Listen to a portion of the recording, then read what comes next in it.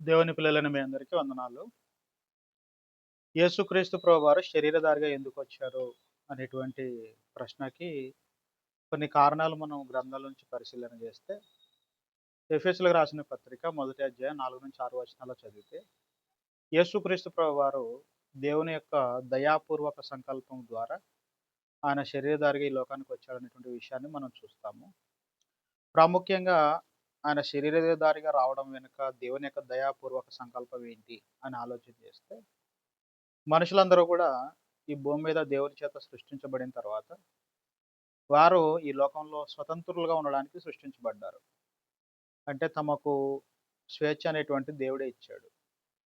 మనుషులు స్వేచ్ఛను బట్టి తమకు నచ్చిన విధానంలో ప్రవర్తిస్తారు.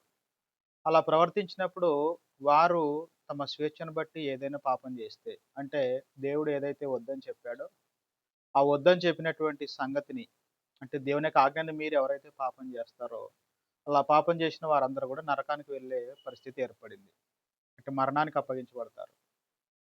ఇప్పుడు ఆ మరణానికెళ్ళేటువంటి వారెవరైతే ఉంటారో, వారు ఒకవేళ మధ్యలో పశ్చాత్తాపం పొందితే తమ జీవితంలో, వారు పశ్చాత్తాపం పొందినప్పుడు వారిని రక్షించేటువంటి ఒక ప్రత్యామ్నాయ మార్గం ఖచ్చితంగా దేవుడు ఏర్పాటు చేసి ఉండాలి.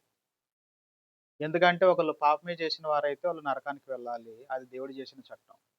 ఒకవేళ వాళ్ళు మారు మనసు పొందితే, పశ్చాత్తాపం పొందితే, వారు రక్షించబడడానికి దేవుడు మరొక మార్గాన్ని ఏర్పాటు చేయాలి. కాబట్టి దేవుడు ఏర్పాటు చేసినటువంటి మరొక మార్గమే యేసుక్రీస్తు. కాబట్టి ఇందులో మీకు దయ, ఆయన కృప, ఆయన ప్రేమ ఇవన్నీ కనిపిస్తాయి. దేవుని యొక్క దయాపూర్వక సంకల్పంలో భాగంగా యేసుక్రీస్తు ప్రభువారు శరీరధారిగా వచ్చి, ఈ భూమి మీద ఎవరైతే దేవుని వైపు చూడడానికి పశ్చాత్తాప హృదయంతో వెతుకుతారో, వారికి రక్షణ కలుగజేయటానికి యేసుక్రీస్తు ప్రభువారు ఈ లోకానికి రావటం జరిగింది. కాబట్టి ఆయన శరీరధారిగా రావటం వెనుక మొదటి కారణం, యేసుక్రీస్తు దేవుని యొక్క దయాపూర్వక సంకల్పంలో భాగంగా పరలోకానికి మనల్ని తీసుకెళ్ళేటువంటి ఒక మార్గంగా మన కోసం వచ్చారు.